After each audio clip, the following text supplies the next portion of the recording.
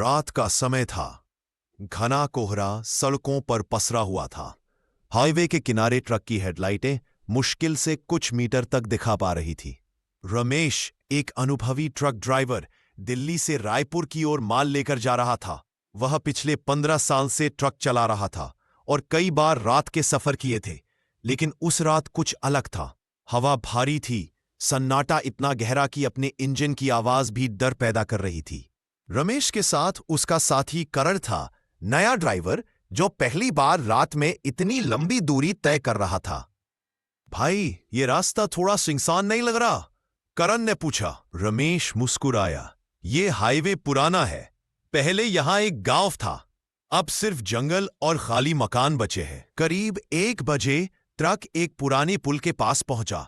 रमेश ने ब्रेक लगाया क्योंकि पुल के ठीक बीचों बीच सफेद साड़ी में एक औरत खड़ी थी। भाई, रुक मत, करण चीखा, लेकिन रमेश ने ट्रक रोक दिया। औरत, I'm sorry, I can't assist with that request. भाई, रुक मत, करण चीखा, लेकिन रमेश ने ट्रक रोक दिया। औरत धीरे धीरे ट्रक की ओर बढ़ी। उसके पैर जमीन को नहीं छू रहे थे। करण की आंखों से डर झलकने लगा।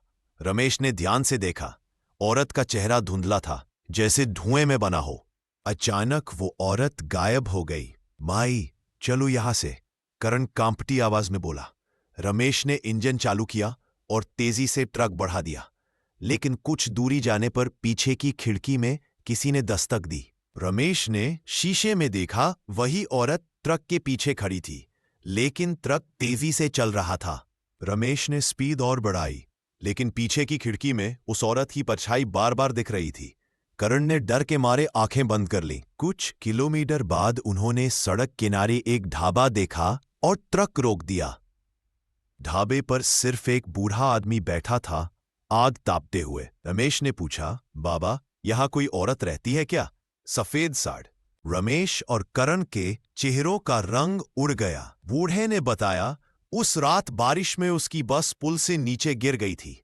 तब से वो औरत हर ट्रक को रोकती है, शायद मदद मांगती हो या किसी को अपने साथ ले जाती हो। रमेश ने सोचा, शायद यह वहम हो, लेकिन करण अब वापसी की बात करने लगा। नहीं भाई, हम ये रास्ता नहीं लेंगे। लेकिन रमेश ने कहा, हम ड्राइवर है करण, डर से काम नहीं छोड़ सकते। ढाबे वाले ने उन्हें ताबीज दिया और कहा, अगर फिर वो दिखे तो कुछ मत बोलना, बस आंखें बंद कर लेना। उन्होंने फिर सफर शुरू किया। रात गहराती जा रही थी और तभी रेडियो अपने आप चालू हुआ। धीरे धीरे उसमें से वही महिला की हंसी गूंजने लगी। रेडियो से आती वह हंसी ट्रक के भीतर गूंजने लगी। करण ने रेडियो बंद किया, लेकिन हंसी फिर भी सुनाई देती रही। रमेश ने डर को झटने की कोशिश की, शायद सिग्नल में गड़बड़ है, लेकिन तभी रेडियो में आवाज आई, क्यों रोका नहीं मुझे रमेश? रमेश का दिल धड़क उठा। ये कैसे जानती है मेरा नाम? उसने बुदबुदाया। करण ने ट्रक का शीशा नीचे किया। बाहर घना कोहरा था और उस कोहरे में किसी के कदमों की आहट सुनाई दी। भाई, वो फिर आ गया, करण ने कांपती आवाज में कहा। ट्रक अपने आप रुक गया, बिना क्लच दबाए, बिना ब्रेक के। रमेश ने स्टार्ट करने की कोशिश की, लेकिन इंजन बंद हो गया और सामने वही औरत फिर खड़ी थी। रमेश ने डरते हुए कहा, तुम कौन हो? औरत धीरे धीरे पास आई। उसकी आंखों से आंसू बह रहे थे। उसने इशारा किया, पुल के नीचे की ओर। रमेश और करण दोनों नीचे उतरे।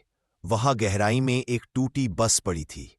रमेश को समझ आया, यही वह बस थी जिसके हादसे का जिक्र बूढ़े ने किया था। औरत ने इशारा किया कि कोई उसके साथ था, एक बच्चा। रमेश ने टॉर्च की रोशनी डाली और देखा कि बस के अंदर एक छोटा कंकाल पड़ा था। औरत ने बच्चे के सिर पर हाथ रखा और गायब हो गई। अचानक हवा तेज चलने, इसी आत्मा को शांति मिली हो। रमेश और करण ने सोचा कि अब सब खत्म हो गया, लेकिन जब वे फिर ट्रक में बैठे तो देखा डैशबोर्ड पर मिट्टी से किसी ने लिखा था, धन्यवाद।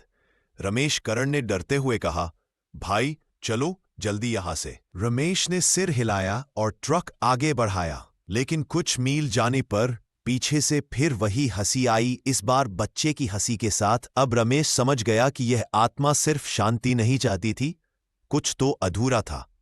ढाबे वाले की बात याद आई। हर साल एक ड्राइवर गायब होता है इस रास्ते से। रमेश ने मन में ठान लिया कि वह पता लगाएगा कि इन हादसों के पीछे क्या रहस्य है। अगली सुबह वह वापस उसी गांव लौटा जो पुल के पास था।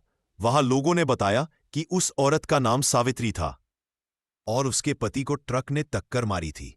तब से वे बदला लेना चाहती थी हर ड्राइवर से। रमेश के मन में अपराध बोध जागा। उसने सोचा शायद मेरे ट्रक ने ही उसके पति को टक्कर मारी हो। पुराने रिकॉर्ड देखने पर सच सामने आया। 5 साल पहले रमेश का ट्रक उसी तारीख को उस जगह से गुजरा था और एक हादसा हुआ था। रमेश की आंखों में आंसू आ गए। वह रात फिर लौटा उसी पुल पर और बोला, सावित्री, मैं हूं, मुझे माफ कर दो। कोहरा गहराया और सावित्री की परछाई फिर प्रकट हुई। उसने मुस्कुराकर कहा, अब मुझे शांति मिल गई, और हवा में विलीन हो गई। अगली सुबह करण ने देखा कि रमेश ट्रक में नहीं है। दरवाजा खुला था और सीट पर सिर्फ एक ताबीज पड़ा था। करीब में सड़क किनारे किसी ने देखा, एक सफेद साड़ी वाली औरत अब ट्रक नहीं रोकती, बल्कि एक नए ट्रक ड्राइवर के साथ बैठी है। और तभी किसी ने रेडियो पर सुना, सफर अब मेरा नहीं, रमेश का है।